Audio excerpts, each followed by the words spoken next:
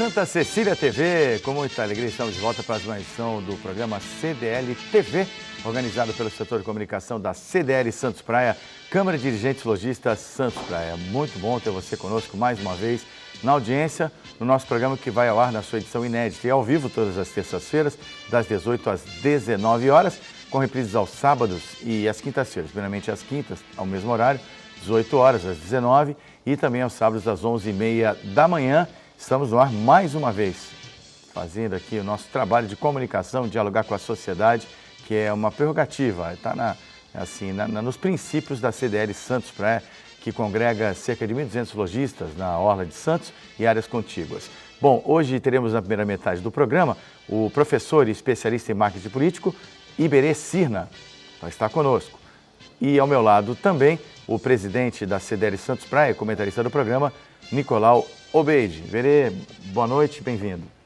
Eu que agradeço, é um prazer estar na companhia de vocês aí no programa. Prazer é todo nosso. Nicolau Obeide. Mais uma vez aqui, né, Iberê com a gente. É isso aí. Participando aqui do programa, vamos falar aí de política e uma boa noite aí para os nossos telespectadores. Bom, a eleição aqui na região foi breve, né? Com exceção do Guarujá, teremos aí o segundo turno, portanto o processo eleitoral continua em várias localidades do país. E eu queria saber do professor Iberê qual foi a avaliação que ele fez, principalmente em termos de desgaste da classe política, aceitação versus rejeição. Em primeiro lugar, nós tivemos uma renovação mais ou menos previsível, né? Em alguns municípios, se você pensar em Santos, nós tínhamos 5 cadeiras graciosamente ofertadas por conta da decisão de alguns vereadores, uns que saíram, o caso do Sandoval, que é o atual vice-prefeito agora, o caso do Evaldo, que saiu para vice também. Saiu para vice também, o José Lascani, que achou que não estava mais, estava cansado, entendeu? Tivemos mais aí o Marcelo Del Bosco, que foi candidato a vereador, a prefeito, e a morte do Marcos de Rossi, que também ficou lá como substituto, como suplente. Então, naturalmente, teremos 5, né? Agora, a previsão é que muitos antigos se assustaram um pouquinho. Aqueles que estão costumeiramente, né, na Câmara, estão sempre aí no topo das votações e tal, acabaram se assustando um pouquinho com o resultado. Até porque você pega um resultado como o do Kenny, é uma coisa meio assustadora. Uma votação, né? É uma votação recorde, né? Assustadora. E que vai servir aí para ser repensado como se faz política. Todo mundo está dizendo, ninguém imagina por onde ele tirou quase 30 mil votos. E não usou cavalete, não usou santinho, não usou carro de som. Aí todo mundo diz assim, como é que ele chegou? Vamos ver, qual é a novidade desse processo? São as mídias sociais. E ele usou, assim como muitos usaram, né? Só que tem uma diferença entre a quantidade de quanto você usa e a qualidade com que você usa a mídia social. E ele teve muita qualidade, como foi o caso também deste menino de São Vicente, o Caio Amado, que também fez a campanha dele baseada em cima das mídias sociais, mas com qualidade. A gente, assim, não adianta você ter um sem número de inserções, de blogs, de discussões, se você não tiver credibilidade, não tiver qualidade. E uma outra coisa que o Kenny fez... Traz imagens aí do canal oficial do professor Kenny, que não é um trabalho que foi campanha política, não. Ele fez ao longo de todo o mandato. Todo o mandato dele. Agora, uma coisa que é o meu testemunho até, não teve lugar nessa cidade que eu estive onde não encontrasse o Kenny. Não teve lugar, seja num shopping, seja num... Ele andou bastante. Né? Então, assim, ele fez aquilo que, pelas restrições da nova legislação, né, eu não posso ter cavalete, não posso ter bandeira, não posso ter placa, não posso ter isso, eu não posso ter aquilo. Eu tenho uma limitação de gasto estabelecida pelo tribunal. Então, o que é que me resta? Andar. E nós que mexemos um pouco com isso, sempre dizíamos, é a campanha da sola e do sapato e do suor, né? Vai ter que andar e muito. E aí, parabéns ao Kenny, que realmente acreditou nisso e fez a campanha assim, tendo aí quase 25, 26 mil votos, né? E isso vem provar que esta prática daquele senhor da política, né, é aquele que fica sentado às vezes no gabinete, atendendo filas e mais filas, e dizendo que é importante, e acaba se distanciando da comunidade. E ele, além de andar bastante, teve muita competência nas mídias sociais. Sim, foi uma grande estratégia. Aliás, uma linguagem que os jovens até entendo como positiva para fazer que os jovens participem e se interessem pela política, né, Nicolau? Porque eu acho que também a novidade de como ele participou das campanhas foi o que também trouxe muitos votos para ele, porque a antiga política está provado que já passou o tempo, né? O antigo estilo, que é aquele do santinho, que é aquele colante no carro, aquilo, né, que paravam nas esquinas das votações, que nem São Vicente, né? Emporcalhar a cidade inteira com santinhos pelo chão, parece que no dia da eleição. Então isso perdeu muito, né? E hoje as pessoas estão olhando com maus olhos isso. Carreata. Teve um candidato aí, que eu não vou falar o nome para não denegrir, eu tenho certeza que no dia que ele fez a carreata, faltou os 5 votos que ele deixou de entrar. Porque o que eu escutei de gente, eu estava coincidentemente na Ana Costa, no começo da Ana Costa, e queria ir em direção do Gonzaga, e tinha uma carreata deste candidato, e o que eu vi de gente xingando esse candidato não está no gibi. E ele me parece que faltou 5 votos para que ele conseguisse entrar. Eu até brinquei e falei assim, olha, eu acho que esses 5 votos ele perdeu na carreata, porque a carreata já é um tipo de demonstração que eu acho que está em desuso. Ela só piora o trânsito, ela só ocasiona enchição de saco mesmo de quem está dentro do trânsito e está ali andando. Dá licença, só o seguinte, só quero pedir e convidar nossos telespectadores a participar, colocar aí na tela o nosso WhatsApp, para que você também participe aqui do programa CDL TV. O telefone está à sua disposição. Está aí 13991406444. 13991406444. E tem o telefone fixo também. 3289-9495. Por favor, Iberê, fica à vontade. Então, emendando o que o Nicolau está colocando, é assim, nós temos que entender, e aí, que a política hoje já está digital. E muitos candidatos ainda estão com suas campanhas analógicas. Então, nós temos que, de alguma forma, acelerar e saber utilizar, primeiro, as novas regras, segundo, respeitar a comunidade. Entendeu? Eu acho que essa é uma coisa... Eu tenho uma visão muito clara de que ainda não achamos o equilíbrio da eleição. Sim. Eu ressinto um pouco de que nós teríamos que ter essas regras vão continuar ou vão ser flexibilizadas? Vai ter que flexibilizar, né? Eu acho que não... Acho que ficou muito fechado, muito rígido. Falta festa, né? Eu não consigo dar cara de que é a festa, o maior evento democrático, que seria a eleição. Eu tenho, assim, primeiro que mudar a ótica da coisa. Eleição jamais pode ser tratada, jamais, do meu ponto de vista, como uma obrigação. Ela tem que ser tratada como um direito. Mas você não acha que flexibilizou um pouco isso com essa multa de R$ 3,80, R$ 3,90? E já entra na questão da abstenção. Eu acho que virou um pouco opcional, você não acha, o voto? Já não é... O voto hoje eu já não considero obrigatório. Sim, hoje nós comentamos até na rádio, não foi, Zé? Sim. Que isso aí é uma cláusula pétrea, né, da Constituição e não pode ser mexida. Mas eu achei que com a multa de R$ 3,80 ou R$ 3,90, se eu estiver enganado, deixou as eleições de uma forma optativa, opcional. Eu acho que hoje vai votar quem quer votar, porque por R$ 3,90... Então, mas nós estamos falando... Você não vai deixar de viajar Então, mas nós estamos falando numa... Vamos imaginar a extensão territorial brasileira, as diferenças socioeconômicas que nós temos. Então, você fala hoje com muita clareza, vai pagar 3 e pouco, né? Vai ao cartório. Imagina esses rincões brasileiros, que para chegar no cartório é 4 horas de cavalo. Também é trabalhoso, né? Você não vai na sessão votar, vai ter que ir lá no cartório. Aí você diz assim, e eu tenho uma série de penalidades, eu não posso tirar meu passaporte, eu não posso concorrer a nenhum cargo público, eu tenho... Então, vejam, transformá-lo em obrigação Eu falo assim, mas escuta, a cláusula pétrea é meu direito, eu não posso estabelecer isso como dever. É meu direito votar. Enquanto nós não invertemos essa ideia, É verdade. fica sempre uma coisa assim, uma obrigatoriedade. Então, o que faz na eleição?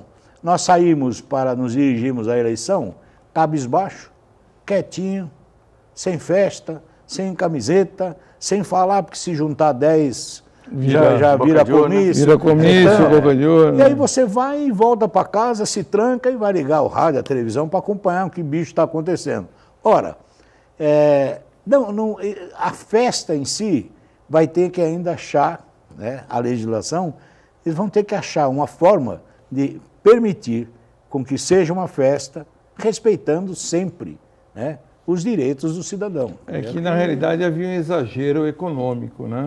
Aqueles candidatos com condições econômicas mais favorecidas, eles exageravam e colocavam uma enormidade de pessoas nas esquinas, um número grande de bandeirolas, bandeiras e etc., abanando em todos os cantos. Então, acabavam influenciando o eleitor, né, dessa forma. Eu acho que a igualdade ficou melhor. Mas eles estreitaram tanto, espremeram tanto, que realmente, eu te dou razão, Iberê. Ficou uma coisa assim, sem graça. E outra coisa também que eu acho que passou do ponto um pouco, foi a liberação de comunicação por WhatsApp, SMS. Quantos WhatsApps de candidatos diferentes vocês recebiam por dia? Algo para mim que é insuportável, né? Chega a ser até invasivo e você não tem... E e-mails, né? E-mails também. Entendeu? Porque às vezes até uma pessoa que você tem uma boa relação, está com uma intenção boa até de querer te indicar um bom candidato, mas acontece que não tem como se... Vai bloquear a pessoa? Não tem, também é demais. Né? Então, é desproporcional. Esse meio que nós não achamos ainda. Exatamente. Entendeu? Aí, quando você diz assim... Todo mundo que me mandou agora fala, pô, o cara não gostou. Não é que eu não gostei, mas o excesso realmente me incomodou. Então, mas aí, assim, o Nicolau colocou lá que equilibrou um pouco os candidatos. Se olhar atentamente, você vai ver que hoje nós estamos privilegiando o candidato com grande poder aquisitivo, com grande lastro econômico. Porque a legislação diz, como é o caso do Dória, que ele pode, do seu patrimônio, dispor até de 50%. Ah, sim. Uma campanha... Então nós estamos fazendo o quê? Eu que não tenho nada, você candidato, vou dispor o quê? Verdade. 2 camisas e uma camiseta, eu não tenho o que fazer. Aí você pega um Dória que tem lá um patrimônio altíssimo, e ele pode, como fez o Greca em Curitiba, entendeu? Vendeu o patrimônio dele porque ele tem direito pela lei.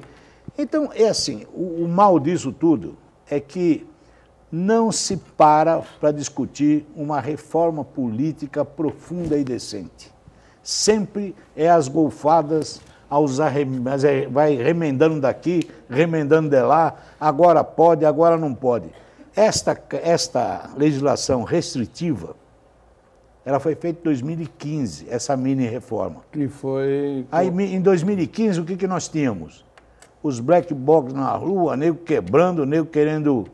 Aí ele fala assim, o que faz a classe política? Olha, gente, então vamos reduzir o tempo de exposição, reduzir o dinheiro gasto e não pode fazer um monte de coisa. Por quê? Eu estou decidindo as regras políticas de acordo com o ambiente que eu estou vivendo. Então, quando eu estou assustado, aí então recolhe um pouco. Mas agora está bem, está todo mundo feliz, então amplia. Solta um pouquinho. Sim. Então, essa coisa é meio complicada. Agora, Iberê, outra eleição que eu achei emblemática no país, o Nicolau também, obviamente, vai ficar à vontade para comentar, que chamou a atenção para mim muito foi a eleição do Rio de Janeiro.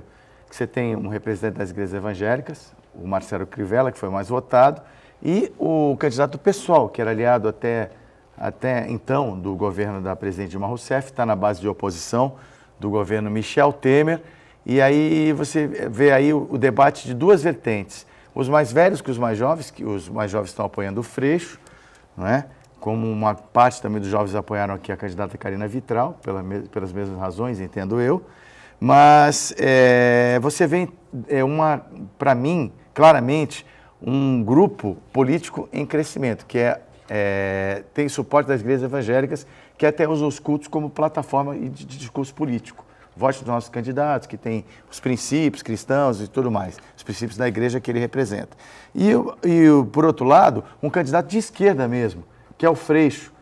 Nós vimos que essa polarização no Brasil, ela não se repetiu. Como é que você encara essa situação no Rio de Janeiro? A eleição no Rio de Janeiro, eu tenho absoluta certeza que é certo. O novo prefeito do Rio de Janeiro, o nome dele é Marcelo. Entendeu? Com certeza vai ser... Isso é fácil, né? Marcelo Freixo, Marcelo Crivella, né? Então, o que nós temos aí é assim, de alguma forma, o Crivella não é a quarta vez dele, né? O Freixo é a mesma coisa, já esteve envolvido. Essa polarização direita-esquerda, ora, a utilização de grupos de origem como o do Crivella, que vem da igreja, não é novidade. Nós temos lá no Congresso as diversas... o próprio Cunha, né? As diversas igrejas representadas. E temos lá da bala, da Bíblia, da soja, tem lá um monte de grupos, né? Então o Crivella já vem e sempre batendo em cima desta visão da igreja dele, entendeu? O Freixo está tentando, de alguma forma, capitalizar o jovem, né? Então, esse dualismo de direita e esquerda, ele é interessante quando se discute propostas. Propostas. Então, quando você tem um mais para, como é o caso do PSOL, né? Quando você tem mais para a esquerda, tentando assumir toda a esquerda, combatendo e criticando. A direita em si, a mais retrógrada, a mais velha, a mais cheia de limites, esta coisa acaba não levando a nada. Eu vejo ainda, me parece uma certa vantagem do Crivella, entendeu? No meu ponto de vista, até porque eu acho um voto mais consolidado pela origem do voto, entendeu? De onde vem esse voto. Então, já o outro é um pouco mais frouxo, no sentido de... Freixo. Não ele, o candidato, mas assim... Freixo. É que, assim, eu não vejo assim, muita capilaridade de voto, sim, diferente um pouco do Crivella. Porque, por exemplo, o que prevaleceu, o perfil do eleitor, por exemplo, aqui de Santos, de São Paulo, é totalmente diferente do Rio. Então, quem tem um posicionamento mais de centro, de economia enxuta e tudo mais, lá no Rio de Janeiro, muitos amigos meus estão se sentindo sem opção. Então, aí realmente falam, olha, puxa vida, não esperava, né? Não se sentiram representados. Nicolau, como é que você vê essa situação? Olha, Rio de Janeiro, eu não palpito muito, porque realmente eu não conheço muito o perfil dos... Tem muita gente de igreja evangélica lá. Mas eu vejo que o domínio dessas massas, como, por exemplo, igreja, ela tem... porque eles têm os rebanhos deles, né? Eles têm o pessoal que votam de acordo com a determinação deles. E é uma força que nós não podemos descartar aqui no país, né? Em todos os cantos. Nós já tivemos lá o Garotinho também, né? Sim, também era ligado como o próprio Cunha, né? Como presidente do Baixo Clero, né? Que ele juntou todo esse pessoal de igreja, que eram aquele pessoal que não tinha muito prestígio dentro da Câmara dos Deputados, e fez o grande... se tornaram uma grande arregimentação e ficaram fortes. Aqui, para nós, não acontece muito isso, né? Aqui na nossa região, nem para São Paulo, não acontece muito isso. Mas só mudando de cidade, eu vejo, por exemplo, no caso da eleição do Dória, também uma força do governador, uma vitória do governador, Geraldo Alckmin, apesar de muita gente ter falado que o Geraldo Alckmin estaria desprestigiado em todo o estado, e eu percebi que ele teve uma grande força. Somente aqui na região, né? Conseguiu, hein? Aqui na região, então. Conseguiu PSDB, dominar. 7 prefeituras. 7 e um vice, né? Isso. Então ele tem praticamente 100% aqui da região. E agora, eu vejo também o Dória como um grande desafio para São Paulo, porque ele é um empresário. Quando ele entrar naquela máquina administrativa de São Paulo, que tudo é muito lento, né? Porque quem trabalha na iniciativa privada e passa para trabalhar com o Estado ou com o município, ele vai sentir, né, que tudo é demorado, tudo não é ágil, tudo é muito lento. Vamos ver, porque eu acho que ele tem um grande desafio para São Paulo. Ou ele vai se tornar um dos melhores prefeitos dos últimos tempos, ou vai ser o pior prefeito dos últimos tempos, porque ali eu não vejo... Meio termo, né? Meio termo. Uma cidade que não costuma reeleger, né? Que é muito severa. Não costuma reeleger porque é uma cidade com muitos problemas, né, Zé? Cidade que tem eu não sei quantas subprefeituras, tem lá uma enormidade de subprefeituras, uma enormidade de problemas. É a maior cidade do Brasil, com quase mais de 10 milhões de pessoas. É uma cidade com muitos problemas. Agora, Iberê, a gente começou falando aqui do Kenny, eu entendo que ele, não estou fazendo juízo de valor, não foi só o marketing digital que levou ele para essa votação expressiva. Foi o trabalho também dele ao longo do seu mandato. Lógico. Evidentemente, isso que os plantões, ele se divulgou bem, a forma de ele trabalhar, as ideias dele foram muito bem divulgadas. Mas o Dória, ele representa também o desejo do eleitor pelo novo, porque ele também não tem o perfil de político tradicional. Então, vejam que lá você vinha com o Haddad na força do partido, né? Ele veio, entendeu? Um homem qualificado, até que era ministro e tal, mas ele veio exatamente na força do Partido dos Trabalhadores e atropelou quem tinha lá e foi ser Ele teve um momento de Lula, né? Que também foi lá, subiu no palanque com ele. Então assim... E era um momento bom, né, pro PT, né? Agora, como é que sobe o PT? Vamos analisar assim. Nessa época, só brincando, assim, nessa época, se o Lula subisse um palanque, ele empurrava. Aí né? empurrava. Hoje empurra. Hoje é empurrava. Então, aí assim, você tem lá um Partido dos Trabalhadores, a esquerda, né, nessa coisa de a busca de amenizar a desigualdade social, acaba tendo um vocabulário, tendo as aspirações da classe menos favorecida, prometidas em uma campanha que dá um alento. Muito bem. Aí quando você sobe ao poder e não consegue realizar, você acaba se matando. Olha a eleição do Dória, você vai ver a inversão, que ele foi muito bem votado nas classes menos favorecidas. Por quê? Porque ele é o novo gestor, e aí tem uma palavra diferente, ele não é político, mas é o novo gestor, entendeu? Com capacidade, pelo menos está tentando mostrar isso, de resolver os problemas da classe menos favorecida. E o Haddad, que veio das classes menos favorecidas, acabou sustentando o voto pela classe média. Então é curioso que, assim, e até vou emendar aqui, já, se me permite, assim, você falou que o PSDB, né, do governador Geraldo Alckmin, fez aí a maioria das prefeituras no estado, né? Ele tem lá... Fez aqui na região, ele fez quase todas, praticamente. Eu tenho uma previsão um pouco negra para o PSDB. Por quê? Você acaba assumindo a prefeitura numa crise econômica sem precedentes nesse país. Fabricar dinheiro, ninguém vai fabricar, não tem jeito. Então, o que pode acontecer com o PSDB? Ter ganho um verdadeiro cavalo de Troia. Ora, nós vamos pegar a prefeitura, não tem, eu vou ter dinheiro agora, até março, 500 IPTU, aquela história que a gente já sabe. Agora vejam os 4 anos como é complicado. O primeiro ano de qualquer governo, exceto os de reeleição, mas os governos novos, eles fazem o quê? Composição política. Eu juntei 14 partidos para poder me eleger, agora tem que colocar lá dentro, né? Tem que compor politicamente. Isto vai 1 ano. Para quem chegou agora e não é reeleição, ele vai abrir a surpresa do orçamento que não é dele. O orçamento foi entregue pelo outro, entendeu? Aí você diz assim, ele vai abrir, não manda em absolutamente nada. E vai ter que compor politicamente. No segundo ano, que é 2018, é um ano eleitoral, onde muda a característica de todo o poder público. Por isso que as eleições deveriam ser unificadas, né? Aí quando você chega em 19, você fala, bom, agora é meu ano, sobrou esse aqui, porque 20 eu quero ir para a reeleição. Eu pergunto, tudo isso vale se nós tivermos dinheiro? A PEC 241... Que foi aprovada hoje. Foi aprovada, pelo menos ontem. Na primeira discussão. Segunda-feira, que hoje é terça-feira, a versão original vai ter a versão, aqui a edição gravada, né? Que as pessoas... Então, você vai ter a PEC 241, impõe um limite. O limite do em todos os entes federativos. E aí eu pergunto, que milagre eu posso fazer? Eu já não tinha dinheiro.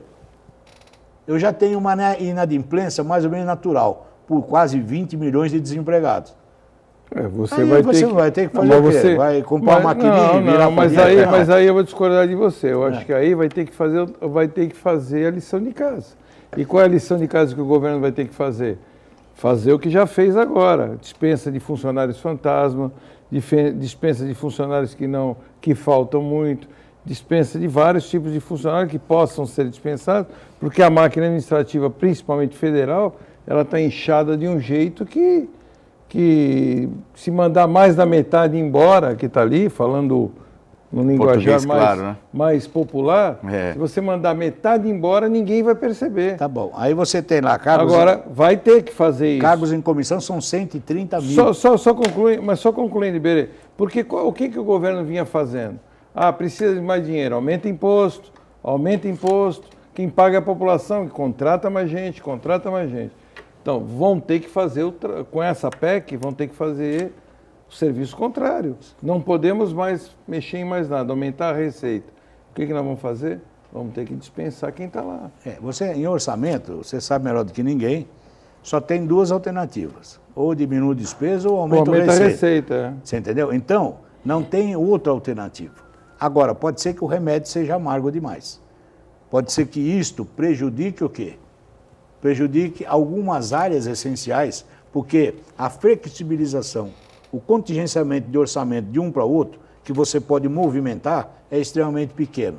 Então, acho que é um primeiro momento. A PEC agora vai dar uma bela pancada, assusta todo mundo, mas, por um outro lado, está se discutindo o repatriamento dos dólares que mandaram embora. Dos dólares roubados. Que está na Suíça, está não sei aonde.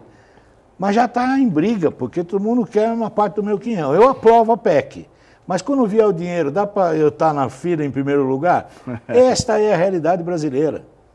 Esta é a realidade brasileira. Está lá, estão dizendo que o dinheiro tem que vir, é tudo para o Nordeste. Sul e Sudeste não precisa do dinheiro. Está lá a briga. Então não vou votar na PEC.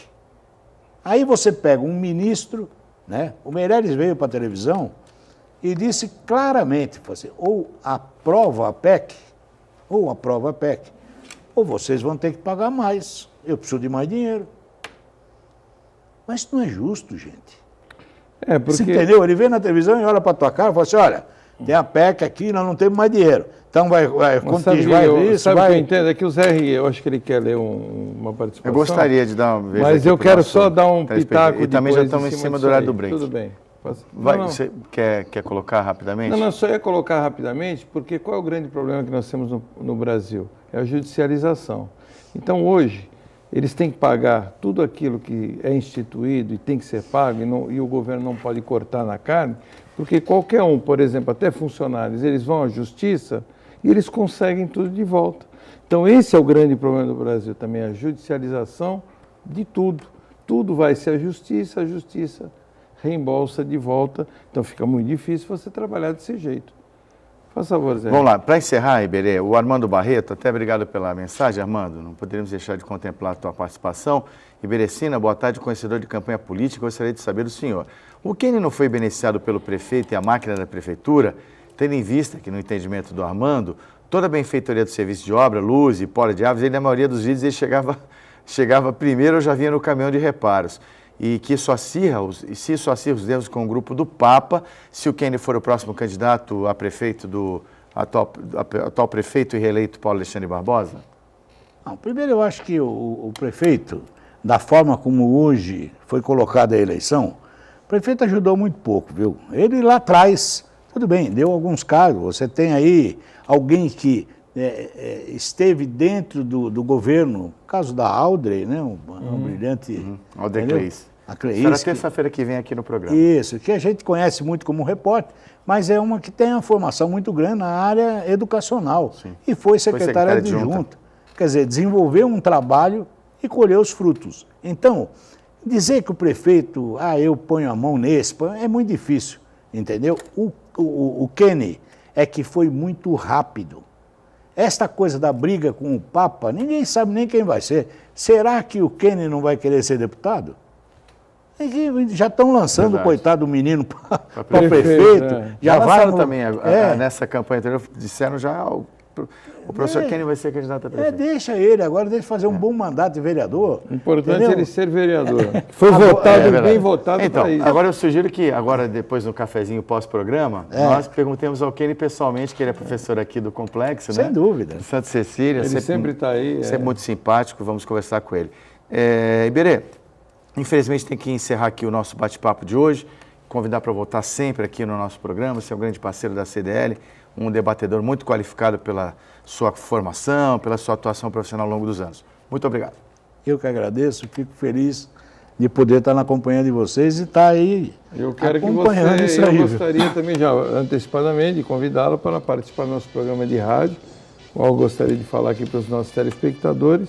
Nós estamos na 92.5, Rádio Santos, com o programa das 7 às 8 da manhã, CDL, Bom Dia CDL. Muito bem, então, agradeço o convite. Tá certo. Estarei lá. Berê, muito obrigado. Nicolau permanece comigo. Daqui a pouquinho o coordenador do PROCON, Santos Rafael Quaresma, no CDL TV. Rapidinho.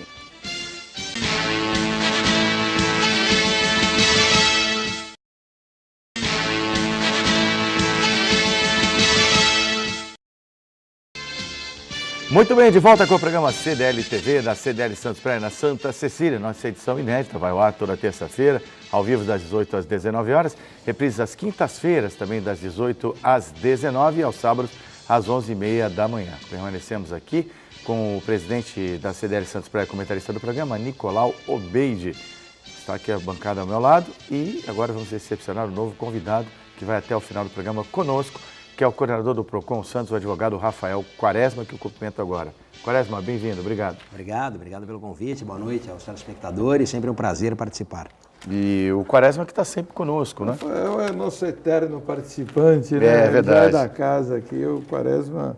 Mas tem tudo a ver, né? O programa de CDL tem a ver com o Código de Defesa do Consumidor, então o Rafael está aí para o lado do consumidor, que é muito importante para a gente, para nós lojistas, sempre estarmos orientando os lojistas e orientando também o consumidor para que tenhamos uma harmonia nessas relações. Uma harmonia, um relações, entendimento, saber o que é direito de um e o que é direito do outro. É bem por aí, né, Rafael?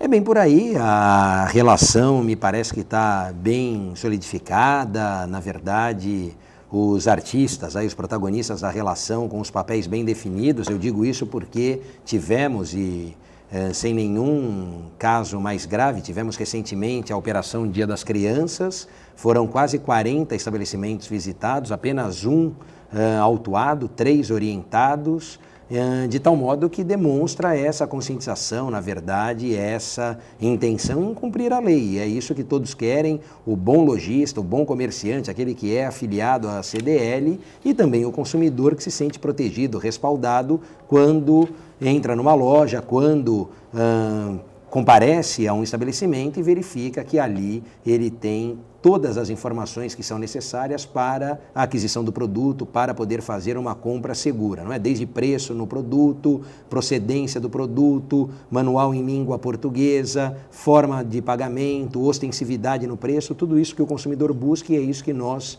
vimos encontrando de forma bastante satisfatória no comércio e no nosso segmento aqui de um modo geral. Rafael, é recorrente nós termos problemas no comércio em relação aos 7 dias. É recorrente você ver clientes, às vezes até estressando ou estressado, com a devolução do produto comprado no estabelecimento comercial, e já aconteceu por várias vezes também comigo, e às vezes por associados do CDL. Eu tenho direito de devolver esse produto porque eu não gostei, e eu comprei faz uma semana, faz menos de 7 dias. Gostaria que você falasse a respeito disso, que isso é uma coisa que as dúvidas... Mesmo, bastante recorrente. Olha, primeiro vamos falar como está o código hoje, não é? O artigo 49, ele tem um único parágrafo que complementa a regra geral ali, que fala do direito de reflexão, do prazo de arrependimento, dos 7 dias, sempre quando essa compra for não presencial.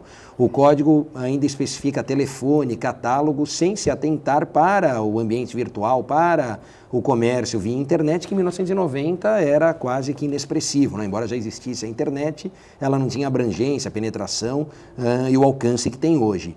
Mas pela letra da lei, a gente consegue comportar de fato a internet, a loja virtual nessa compra à distância, porque não há verdadeiramente esse contato físico do consumidor com o produto, né? Com o bem, e isso vale para o bem de um modo geral e para as suas duas espécies, né? Para o produto e para o serviço. Agora, essa possibilidade, esse arrependimento, ele não existe na compra presencial, salvo por mera liberalidade do fornecedor. Se o fornecedor for além daquilo que a lei lhe impõe, não é? Então a lei confere esse direito ao consumidor para a compra à distância, para a compra virtual, enfim, para a compra não presencial. Se o comerciante, se o lojista, se o fornecedor, por liberalidade, quiser estender, alargar esse direito para a compra presencial, sorte do consumidor e uma prerrogativa que assiste ao fornecedor. Agora, pensar que há esse direito, pela letra da lei, não temos. O que nós poderíamos ter, Nicolau, e aí eu acho que nós daríamos um salto de qualidade bastante expressivo. Bom senso, né? Não, além do bom senso, mas há projetos de lei, o PLS, o Projeto de Lei do Senado 281, 282 e 283 de 2012, salvo engano, 281, ele tem por finalidade complementar, eu diria esmiuçar, detalhar esse artigo 49, parágrafo único, que é um dos artigos mais utilizados do Código.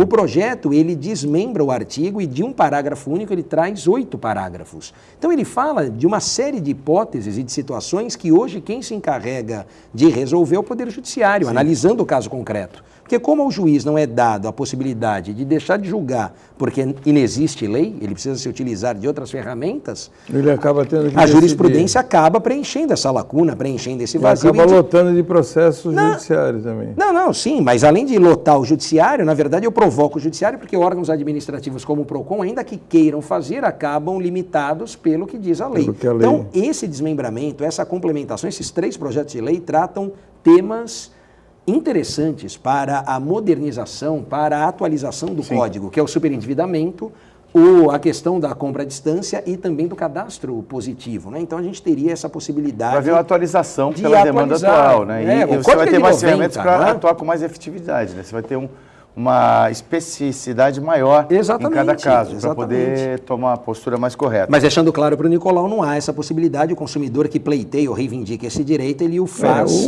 totalmente à margem da lei. Né? Uma prática comum hoje que eu percebo nos nossos associados em várias lojas é a opção de troca, né? A pessoa às vezes, o produto não me agradou, ele não tem defeito, não tem nenhum problema, mas não era bem o que eu queria, não me agradou, e eu acho que a grande maioria dos lojistas hoje, eles oferecem a opção de troca sem obrigatoriedade, né? Por uma questão de preservar o cliente, manter o cliente.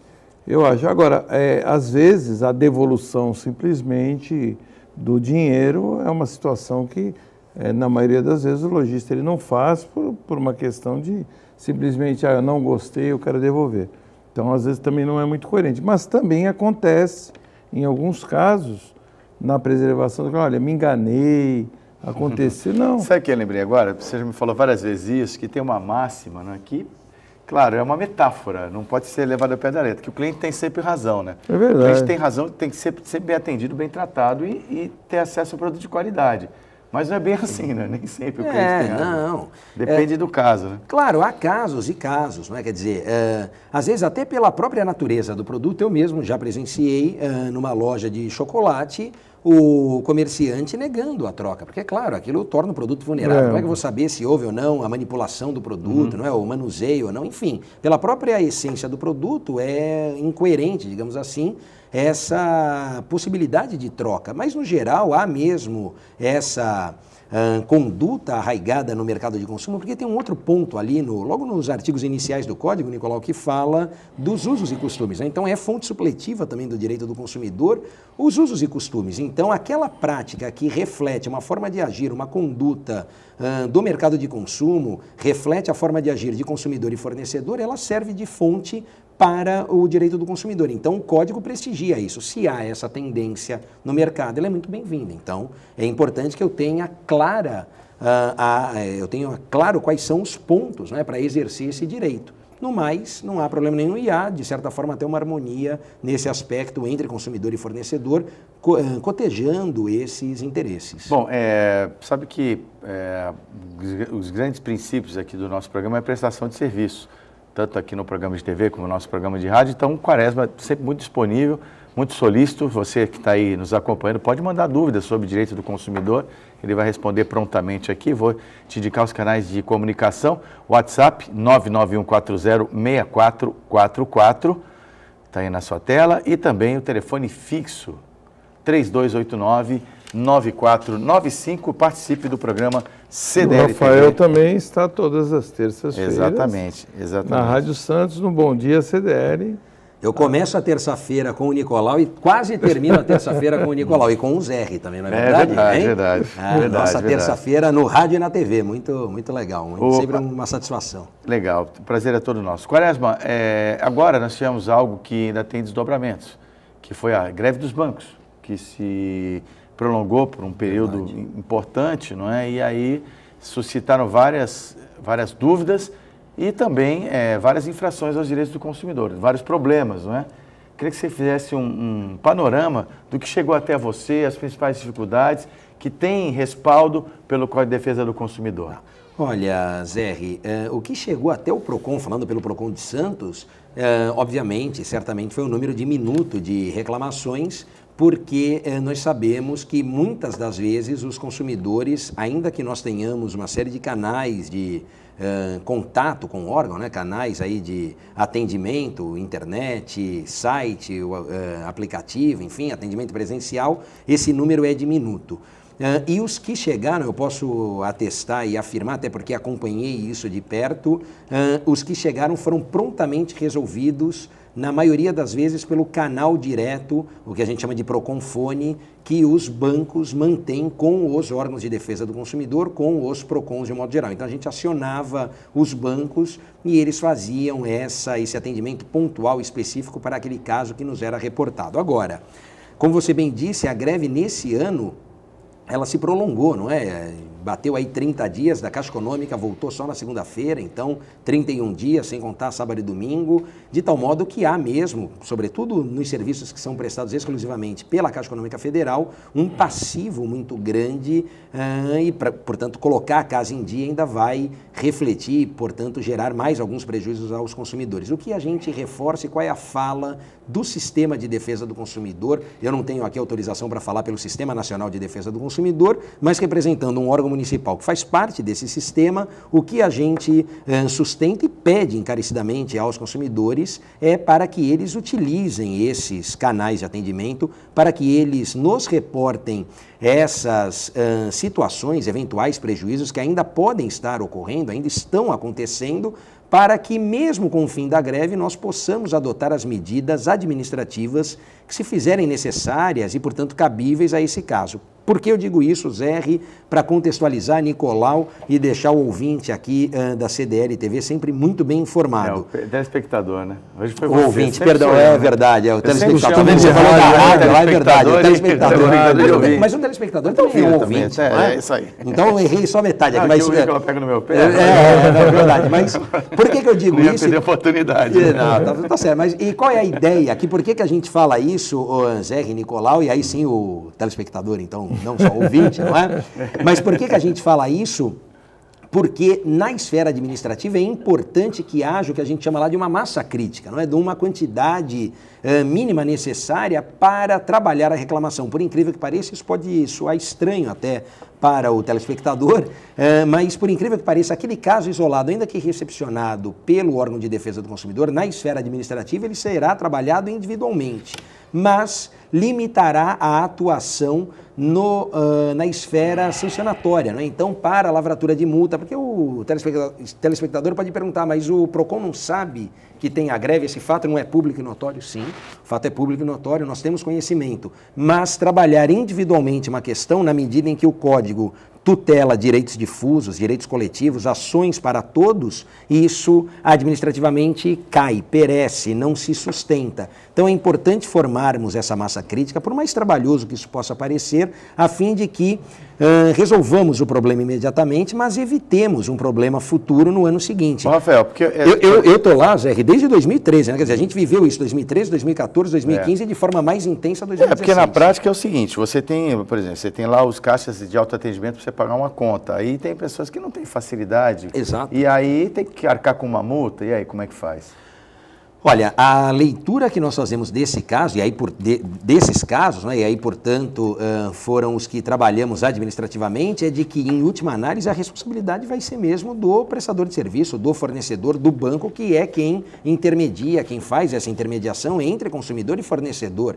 A gente sempre diz que se a greve ela não pode prejudicar o fornecedor, o cedente, o credor do título, ela muito menos pode penalizar o consumidor que é vítima dessa paralisação. Aí no meio do caminho, ali no olho do furacão, quem nós temos? Os bancos que prestam esse serviço de compensação bancária, etc. Internet banking e tal, mas tem mas tem uma camada, tem uma fatia de consumidores que não tem a mínima. Utilizar também, exatamente. Né? Então, nesses casos, a absorção de prejuízos, pensamos, deve mesmo ser feita pelos bancos e é nessa linha que nós atuamos e pretendemos autuar se necessário. Então, para isso eu preciso muito dos consumidores alimentando os órgãos de defesa do consumidor, em especial a fiscalização daqueles PROCONs que dispõem desse mecanismo, como é o caso do PROCON de Santos. Ô, Nicolau, você teve problemas? Teve dificuldade na greve do banco? Não tivemos, né? Porque nós trabalhamos com um banco que é o Sicredi. É o Sicredi, que é nosso patrocinador. Não entrou em greve, não. Estava sempre disponível, aberto. E tudo mais. Então, eu quero falar do Sicredi. Quero sugerir para você o Sicredi, que você não é nem cliente, você é um associado, você é uma espécie de dono da instituição que é muito sólida, muito séria, tem milhões de associados no Brasil inteiro, está crescendo demais o Sicredi, isso é notório, até na mídia você tem aí percebido o crescimento do Sicredi, porque o atendimento realmente é muito qualificado, a cesta de produtos é muito completa e muito vantajosa para você. Você tem todas as operações e serviços bancários que um banco qualquer, com a diferença que ao final de cada ano fiscal você recebe os dividendos, um retorno da instituição pelos resultados auferidos. Ele não visa somente o lucro, não, mas gerar resultados para os seus associados. Por isso, procure o Sicredi, que aliás está pensando em uma nova agência aqui em Santos, vem crescendo muito e eu posso recomendar como correntista o Sicredi para você, tanto da minha empresa como pessoa física, mesmo no caso do Nicolau Obeide. Amodobeno 2900 de Santos, telefone 3219-4077, acesse, conheça mais pelo sicredi.com.br. O Nicolau, mais um questionamento para o Rafael, fica à vontade.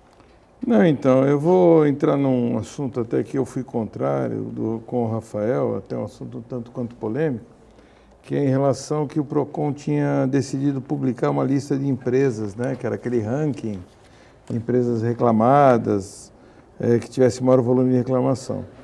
Mas o que veio acontecendo? Naturalmente, isso aí veio acontecendo pelo Facebook, né, por sites como o tipo Reclame Aqui, e também acabaram criando uma maneira que eu achei muito mais política e que criou soluções, né? O caso Reclame Aqui, as empresas se manifestam e acabam dando soluções para aquilo que acontece, elogiando, criticando. Então, o que você entende, assim, a tendência que vem acontecendo? Olha, de fato, aqui no município de Santos, nós temos uma lei municipal de 28 de março, se não me falha a memória, de 2016, lei de autoria do vereador Douglas Gonçalves, que sempre patrocinou e incentivou bastante a defesa do consumidor no município, e lei esta sancionada pelo prefeito de Santos. Não é? Essa lei ela foi publicada no Diário Oficial na mesma data e previa um prazo de 30 dias para o início da vigência. Nós fizemos uma parceria com a CET de Santos, com a Companhia de Engenharia de Tráfego, que ficou encarregada de afixar nos coletivos e, salvo engano, também nos seletivos, a lista que já é pública e já é acessível aos consumidores, na verdade aos cidadãos, aos interessados de um modo geral, e uma lista, Nicolau, que nesse ponto me parece que ela ganha em informação tanto para o consumidor como também para o fornecedor, porque diferentemente daquela pecha que se deu, né, da lista negra, ela não é uma lista negra. E eu digo que ela não é uma lista negra porque na verdade ela compila tanto os dados relativos às reclamações, mas também e principalmente aquelas que foram solucionadas, atendidas. Então nós temos, muitas das vezes, um número de reclamações com o número de soluções ou de reclamações que foram solucionadas pelo órgão de defesa do consumidor, permitindo ao consumidor fazer uma leitura por completo disso. E, como você bem sabe, não é? Nós temos a lista pauta, os 25 mais reclamados, nós temos aqui os grandes campeões de reclamação, em especial teles, bancos e prestadoras de serviço de um modo geral, mas aquelas que acabam arregimentando um número grande de consumidores. Então, na verdade, é mais uma forma de dar visibilidade a uma informação que nem sempre está acessível ao consumidor, que o consumidor não conhece, embora a gente tenha isso no aplicativo, no site e também no Diário Oficial do município. Bom, agora é hora da gente exibir aqui, estamos chegando quase ao final do programa, temos que contemplar nossos parceiros. Tem o quadro Parceiros da CDL Santos Praia, que visitou o pessoal da Associação dos Lojistas do Parque Balneário. Vamos conferir o material.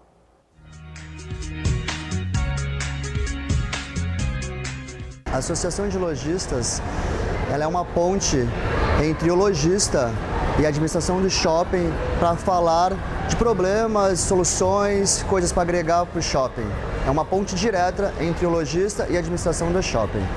Ela já existe há 1 ano e só soma para o nosso shopping. Fazer atrativos para o shopping, para os comerciantes, coisas que agreguem, problemas também para a administração, uma visão do varejo para a administração do shopping, que é um negócio muito interessante, essa visão diferenciada que o comerciante tem, e tudo isso para agregar e trazer melhorias para o shopping, clientes, coisas bacanas, coisas diferenciadas, tudo para agregar para nós lojistas aqui no Shopping Parque Balneário. Sou do segmento masculino de calçado e vestuário em Santos. Temos 7 lojas, 4 no Supercentro Boqueirão, 3 no Shopping Parque Balneário. 2016 foi um ano não muito fácil para os lojistas. Foi um ano que nós tivemos que adaptar muito ao mercado, ao que está acontecendo no nosso país. Só que acreditamos que em 2017 o país vai sair dessa crise e nós vamos ganhar com bom movimento e boas vendas. Em nome da Associação de Lojistas do Shopping Parque Balneário, gostaria de agradecer à CDL Santos Praia e o programa CDL TV a oportunidade e o espaço dado para nós comerciantes e varejistas de Santos. Muito obrigado pela oportunidade.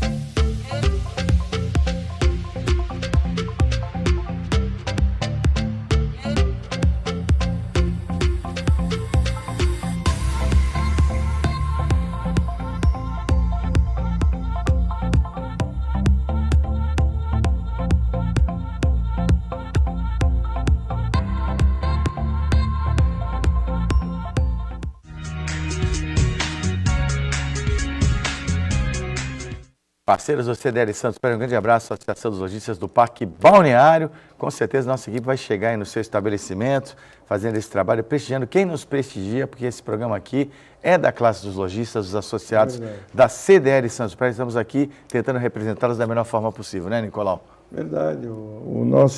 A nossa missão aqui da CDL é divulgar os lojistas e divulgar o comércio de Santos, que envolve aí mais de 3.500 estabelecimentos. Esse é o nosso objetivo. Inclusive, o presidente poderia anunciar o novo diretor de marketing da entidade, né? O Zé está falando isso porque ele foi nomeado diretor de marketing. Com muita honra, muito obrigado pelo convite. Parabéns Zé, nomeado diretor de marketing. Está quase virando nepotismo, hein? Tem que ver, viu? Mas muito merecidamente, ele é o diretor de marketing da CDL. Tá certo. Muito obrigado pelo convite e a aceitação de toda a diretoria. É isso aí. Quaresma, muito obrigado por sempre. estamos sempre de portas abertas. Valeu, Zé, obrigado, eu que agradeço, é sempre um prazer participar, poder falar do direito do consumidor e conscientizar a população de modo geral, consumidor, fornecedor, essa é a nossa missão lá à frente do PROCON. Grande abraço a todos. É isso aí. Nicolau Obeide, obrigado mais uma vez. E eu só queria reforçar mais uma vez aqui, Zé. Pois não. O nosso Bom Dia CDL na 92.5. Convidar aí todos os nossos telespectadores, todos os dias, com o Zé Torquato, como âncora do programa, agora na 92.5. O WhatsApp é o mesmo WhatsApp daquele programa CDL TV. Tá certo. Bom, missão cumprida. Obrigado à nossa equipe técnica, a direção de imagem, a nossa produção e principalmente a você que nos brindou com a sua audiência. Até uma próxima oportunidade.